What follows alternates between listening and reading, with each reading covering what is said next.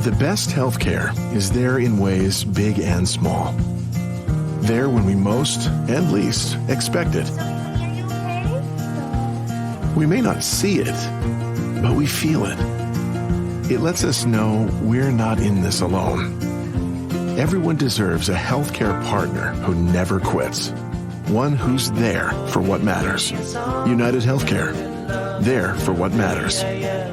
It's Not Your Fault is a podcast for parents, caregivers, and young people navigating the world and its challenges. Here's your host, Brandon Jones. Greetings, everybody. My name is Brandon Jones. I was asked to answer a few questions to help with the dialogue for this session. So I hope that my perspective can add and contribute and help you all process as much as possible throughout not just this session together, but for you to take with you long term as well. A little bit about my background. I used to be a mental health therapist myself. I no longer practice clinically, but now I run a mental health education nonprofit called Minnesota Association for Children's Mental Health. And what we do is we work with professionals, parents, caregivers, and young people navigating the system of mental health throughout the state of Minnesota. So some of the things that I'm going to share with you are things that we have at our organization that could be accessible, resources and tools, and some of them are just based on my experience as a therapist and someone who's worked in the community for quite some time. The first question that I was asked was, what do we mean when we say mental health? What do we mean when we say mental health? This is a big question. Mental health means something to everybody that's a little different. Mental health can be somewhat subjective based on who you're talking to, what you're talking about, things of that nature. However, I think one thing that's very clear that we need to have is context when discussing mental health. And one of the things on context that I believe is important is the difference between mental health and emotional health. Mental health refers to a person's cognitive and psychological well-being, and it encompasses the overall state of your mind. This includes your thoughts, your ability to reason, and even sometimes your intellectual capacities. Where emotional health focuses more on a person's emotional well-being. And this includes your ability to manage and express your emotions and manage and express your feelings and your mood in a healthy and constructive way. Those two things are like cousins. They're closely connected. They're somewhat related, but they also are different. And unfortunately, as young people, as you're learning and growing and developing, your brains are developing, sometimes we get those two things mixed up. And sometimes we are addressing emotional health problems with mental health strategies, or mental health problems with emotional health strategies. So it's important that you understand the difference between the two and that you build tools to address both of them as you go as well. So again, mental health refers to the cognitive and psychological well-being. So your thoughts, your ability to reason, your stress activities, and managing your stress. And emotional health is more about how you feel, your emotions, and your mood. Those two things can get mixed up, but we don't want them to interfere with your ability to get the help that you need. So understanding the difference between those two and understanding that they are closely connected is an important piece of understanding what quote unquote mental health is. Ultimately, your ability to take care of yourself is what's mainly important. Some mental health disorders that people may have, you may need additional supports, whether that's with professionals or very close friends or family members or even medications, where some things don't require such supports. But regardless, no matter what it is, make sure that you're getting the help that you need based on what you're going through. Let's get into question number 2. The second question is, are we making any assumptions? And we always make assumptions, especially when it comes to mental health. Sometimes we downplay the impact that our mental health is actually playing in our lives. Sometimes we overplay it. One of the biggest assumptions I think we make when it comes to Black youth is that their trauma that Black youth experience is the reason why they can't move forward or can't get things done. And I want to make sure that I share this message very clearly throughout today, that the things that you have experienced, the trauma that you've gone through, doesn't define your life. It doesn't end your life. You should not identify with your trauma. It doesn't help. you should recognize it. And unfortunately, one of the biggest things you have to do is learn how to cope and work through it. Your trauma doesn't end your story. Sometimes it's a piece of your story, and sometimes they're big pieces, but it shouldn't be the ending. And unfortunately, I think what has happened is as we built our trauma awareness with things like adverse childhood experiences, historical trauma, and generational trauma, we've left this kind of open wound for folks to just sit in that and not understand why it's important to get those things, but help us move forward with them. So I spend a lot of my time and a lot of my focus of my work talking about something called post-traumatic growth, which helps people move beyond the trauma and close and beyond those wounds that they've experienced so that we can keep moving forward. I myself have experienced a lot of trauma growing up. I grew up in a domestic violence household. I've seen so much domestic violence. Most of my childhood memories are of some sort of physical interaction between my stepfather and my mother. Those things are not helpful. That trauma does not go away from me. But over time, I've learned to cope and deal with that trauma. Even to this day, if someone says my name, a male says Brandon in a particular tone, I still have a physical reaction to it due to how my stepfather used to say my name.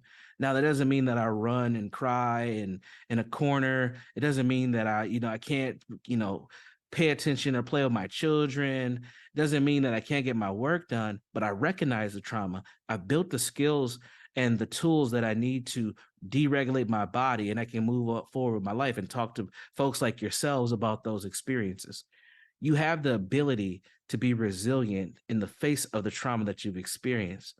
Sometimes you might not always have the support or tools, and that's why folks like myself and many of the folks that are here with you today are here to help you develop. So don't let your trauma define who you are, and don't let anyone tell you that you can't do anything due to the trauma that you've experienced. That's one of the biggest things that I've seen over the past few years. Yes, stuff happens. Stuff happens to you directly. Stuff happens to our culture. Stuff happens all the time, but it shouldn't stop you from living a healthy and constructive life. So that's one of the biggest assumptions that I think we see as a people. Question number 3 is, what is my assessment of youth and Black youth and mental health? And my assessment is I'm actually encouraged. This is probably the first time where young Black folks are really focused on their well-being and what they need to take care of themselves. And that's very encouraging. They want to have conversations about mental health. For the longest of time, we've talked about stigma in our community when it comes to mental health. And I think that there's still a level of that there, but it's not just stigma. There's other barriers and hurdles there. It's not just that Black folks are scared of mental health or scared of therapists or we're afraid to. Well, mental health therapy has not always been for Black people. It really wasn't for anybody but affluent folks. There's insurance barriers. There's not enough providers that look like us. There's representation barriers. There's a lot of different stuff. Mental health treatment is also expensive. But what I think, and this is where my encouragement comes from, is this new heightened awareness around mental health, and young people want to do stuff. They're finding things to do to take care of themselves. And that's what's important. You can't just wait to talk to a professional. Some people do need to talk to a professional. Some people need medications. But if you're relying on those two things to be mentally or emotionally well, you're not going to reach your level of success because there's not enough providers. There's definitely not enough providers of color. And we can't just medicate our way through everything. That's not healthy. So we have to find constructive activities and constructive people, spaces, and places to help us with our well-being and to move forward. So coming to places like this is one of those opportunities to utilize to be constructive and to get some of those tips and some of that care and build some of those relationships that you need. So definitely utilize this, but don't let it stop tonight. Don't let it stop with the folks that are in the room. Keep building your network around your well-being. That's one of the best things that you can do. Don't be afraid to try new things. One thing I've noticed about a lot of young Black folks is that vulnerability is a really scary thing. And being vulnerable isn't just telling everybody your deepest, darkest secrets. Vulnerability sometimes for Black folks is just being in new spaces where they feel uncomfortable because they've never been there or don't know anyone who's been there.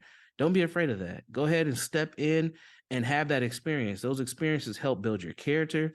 They help develop your mindset and give you just different perspective on life. And I think that that's one way that you can help heal a lot of young people, is just stepping up and stepping out a little bit. The other thing is building healthy boundaries is another thing that I'm noticing a lot of young people doing a better job at is identifying what their boundaries are. But the key is this: boundaries aren't just about saying no, that is an important part of it. Boundaries are the expectation of taking care of myself and how I expect to take care of myself and treat myself, and then also how I expect other people to treat me as well. And when you're able to identify that and then figure out the best way to articulate it and share it with other people, that's how you create good boundaries. Unfortunately, what happens is many people don't know what their boundaries are until somebody crosses them. Don't let that be you.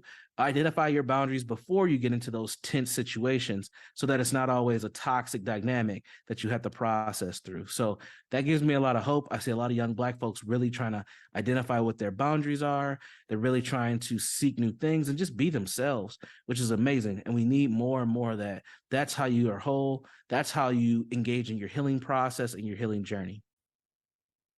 The fourth question is this: as we begin the process of redefining mental health for youth, what does that look like? And before we start to define what mental health looks like for youth, I think we need to define what healing is. And we need to talk about being on a healing journey. One of the key things to understand about being emotionally and mentally well is that it's a process, it's a journey, it is not a destination. You will reach destinations on this journey, but that's not where it ends. You are going to be on a consistent life journey of healing. And how I define healing is this, and I encourage you to borrow or take this definition and work with it to fit your needs. But what I say is healing is a consistent process of efforts to create peace, balance, and justice. Healing is a consistent process of efforts to create peace, balance, and justice. In my career, I noticed that most of my clients were seeking peace in their life. They were seeking some level of balance, whether that was time and energy, how much that they were putting into other people versus themselves, how much they were being accountable versus being compassionate. Whatever it was, they were always seeking some balance in their life. And then the last thing is justice. People want their just due. They want to be treated correctly with correct action. And that's what I encourage you all to seek on your healing journey is peace, balance, and justice. So to me, that's a part of it. That's where it starts, is understanding that it's a journey and that you're seeking those three things on your journey. So as we define mental health for Black youth, I think it's also important to talk about what type of things that Black youth are dealing with from an emotional standpoint. And what I've been able to identify is really 5 core emotions that many Black youth express on a pretty consistent basis. And when I say a consistent basis, I'm talking on the daily, like day to day. These are the things that come up when I hear the stories of Black youth, or I hear them talk amongst themselves. When I hear them explain their experiences, the emotions that typically pop up are these 5: shame, fear, anger, grief, and what I call the pursuit of happiness or hope, the thing that, they always have some aspiration or a fantasy or even sometimes goals that they would like. But typically it's shame, fear, anger, grief, and hope. Those emotions are, for the most part, they're on the negative, if you think about the emotion wheel. But those things drive a lot of what's happening in community and culture. And I wish I could flip those and not just have hope be the only thing that's somewhat positive. I wish that I could have like aspiration, inspiration, curiosity, pleasure, all these types of things as well to add to that list. But unfortunately, with so many Black youth, they have so many hurdles that they're jumping through, that you all are jumping through on a consistent basis, that you end up dealing with these 5 core emotions. But I do believe that there's more to it. And this doesn't mean that this is all the emotions that young Black youth, deal with. But there's a reason why we're having this summit. And that's because the things that are happening in community lead to these 5 emotions all the time. So as we're redefining it, those are the 5 core emotions that I would address when it comes to being on that healing journey. So again, shame, fear, anger, grief, and hope. Think about those emotions. Think about how they showed up in your life. If you're a youth worker or even a counselor or someone, a parent or caregiver, think about how in the lives of young people that you are responsible for, how do these things show up and how are we addressing them, or even at least having conversations with the young people about them? Again, I'm not saying it's all doom and gloom, but I am being honest about what I hear, what I see. I'm currently doing a youth group right now over North Minneapolis, and our last group was last week. We had about it was about 11 or 12 young people, all middle school and ninth grade. They were all 6th to 9th graders, and it was all these 5 emotions were all over the place in our dialogue, and we were talking about healthy relationships. So it's there, it's definitely there, but think about it, engage in these and have some good conversations and start to address these things to the best of our ability. So as we're redefining what mental health is, we have to address the context of what it is. We can't just say, all right, we're going to dance, we're going to have healing circles, we're going to sing together. We got to actually do the work and address some of the core issues that are impacting Black youth. And they'll let us know. They tell us all the time. Sometimes they're frustrated and angry with us, but these are the core things that many Black youth are facing, unfortunately. And then the last question that I was asked, well, what are some strategies? I think one of the biggest strategies for Black youth is really focusing on what I call sustainable wellness. So trying to sustain the well-being of young people, really focusing on being more proactive with their self-care and taking care of themselves to the best of their ability. Every young Black person should learn a skill or a tool to regulate their nervous system. There's so much stimuli going on in community, sirens, conversations, arguments. Living in a city, there's always something happening, construction. Like there's so much stimuli happening that you have to regulate or not deregulate. You have to regulate your body to the best of your ability. And I think that when you're in it, you don't always realize how much you need to regulate because your body's always responding.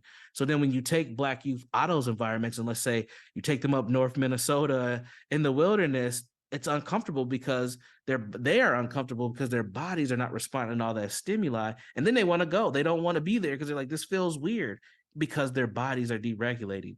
And I've done this. I've taken them to trips outside of the city just so that they can experience something different.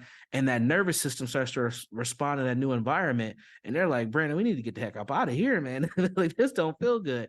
But they need that. They need to be able to understand how to regulate their body and what their body is responding to all the time. And being proactive in that, I think, is key. Making sure that we're helping young people find meaning and purpose in their life is so vital. Man, I meet so many young Black geniuses who they have these big grandiose ideas, but they have no small ways on like goals on how to get there. So they just become fantasies for them. And then they start to lose the meaning and purpose of what they're doing every day. And that's unfortunate, but we have to encourage and engage that. You know, encouragement to a young person is like water to a tree. And unfortunately, a lot of Black young youth don't get the encouragement that they need from the adults, really, but definitely their peers probably are the ones who are encouraging them the most. And then it's the young people who get in trouble who get all the attention because we want them to change their behavior. We have to find ways to encourage the meaning and purpose in the lives of young Black youth. And then the last thing I would say with the sustainability is a sense of effectiveness. You know, when young people do things, we got to give them some credit and shout them out a little bit and show some love. And young people only get attention sometimes when they do the wrong thing. And I think that that's just backwards. We have to be able to pat them on the back and celebrate them for doing the right things. And I get it. The squeaky wheel gets the grease type of thing. But man, we have so many kids who are just stuck in the middle and they're just doing what they need to do and they don't get any attention because they're not causing any problems. But those kids are still responding because they're still in the environments with the young people who are causing the problems. So they have this kind of double fold response, right? I'm not getting any attention from the adults and I'm still living in an environment where things are happening. So I have to protect myself and have to pay attention, but nobody really is paying attention to me. So it's an interesting phenomenon that goes on. Man, we have to love up on our kids no matter what they're doing. And we have to show them that we do care and we are recognizing them and allowing them to be who they are. You know, I've seen kids who they've been teased because they like anime or skateboarding or they like K-pop or whatever. and they end up, not being able to really like live their lives because they don't fit in this box. And I think we got to allow Black youth to, experience who they are and develop their own identities and not fit into these certain boxes. And that's for all Black youth, no matter what their gender or sexual orientation is or whatever the case may be. Just giving them the opportunity to live and develop is going to be key. So that's it. Those are the questions that I was asked to share. Again, you can see my organization. We have some, tips and tricks and things to help you with in general with your mental health. But I really want to talk to you about the context of mental health. I didn't want to come talk about what anxiety and depression is. You're going to get enough of that at the summit. I really wanted you all to talk about the context of what young Black folks are dealing with to make sure that they're whole, right? They're sustainable in their well-being, and their emotional and mental states are where they need to be for the development. I have a lot of just so much admiration for young people and what they've been able to overcome and the level of resiliency that Black young people have. And I want to encourage every young person who's hearing my voice to keep going. If you've been through some tough stuff, that is not in right there. You're here. You're here at this summit. You're doing the work that you need to do. And I want to just encourage you to just keep moving forward and be as constructive as possible. So with that, I'm going to close out my portion here. I hope that I was able to add something constructive. I just want to say, be safe, be constructive, and be well. Take care.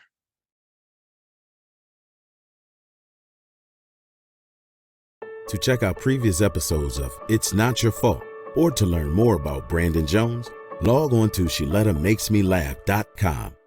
The new COVID-19 vaccine has arrived, and just in time. It's an effective tool to target the variants we know are circulating in our community right now. While this updated vaccine is recommended for all Minnesotans aged 6 months and older, it's particularly important that some folks get it. So who's at higher risk? Young children and people who are 65 or older, are immunocompromised, have underlying medical conditions, or are pregnant. These are the folks who are most vulnerable to severe COVID-19 outcomes. They could become very sick or even need hospitalization if they get COVID-19. Variants are circulating in our community right now, and the updated vaccine is an effective tool to protect us.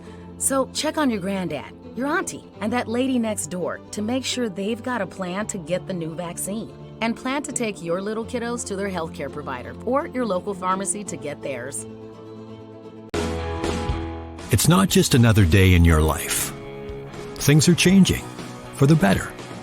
At Comcast, we see those changes, and we're thinking about how we use technology today to live, work, learn, and play. And we're building for the future now, so we're better prepared for the wants and needs of tomorrow.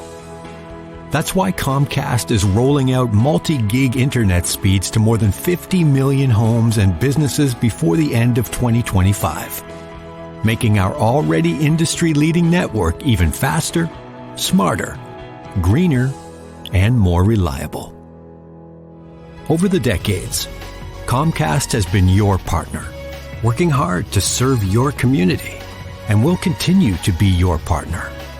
We're expanding our gigabits so you can enjoy the tiny bits that matter most. You know Shaletta makes you laugh, but did you know Shaletta Brundage can also make you think and boost your business? Media personality, activist, and comedian Shaletta Brundage founded Shaletta Makes Me Laugh to celebrate and share the best of Black culture. It's a podcasting platform. You can download 10 weekly podcasts hosted by African-American subject experts at ShalettaMakesMeLaugh.com or wherever you find your favorite podcasts. ShalettaMakesMeLaugh.com is also a production house, creating broadcast-quality commercial content. And Shaletta and her team of storytellers create powerful promotional campaigns to get businesses the brand awareness they're looking for. Some of Minnesota's top businesses trust Shaletta, and you can too. Get out the word about your events and products and get in front of communities of color with ShalettaMakesMeLaugh.com. She's got the power to help your business.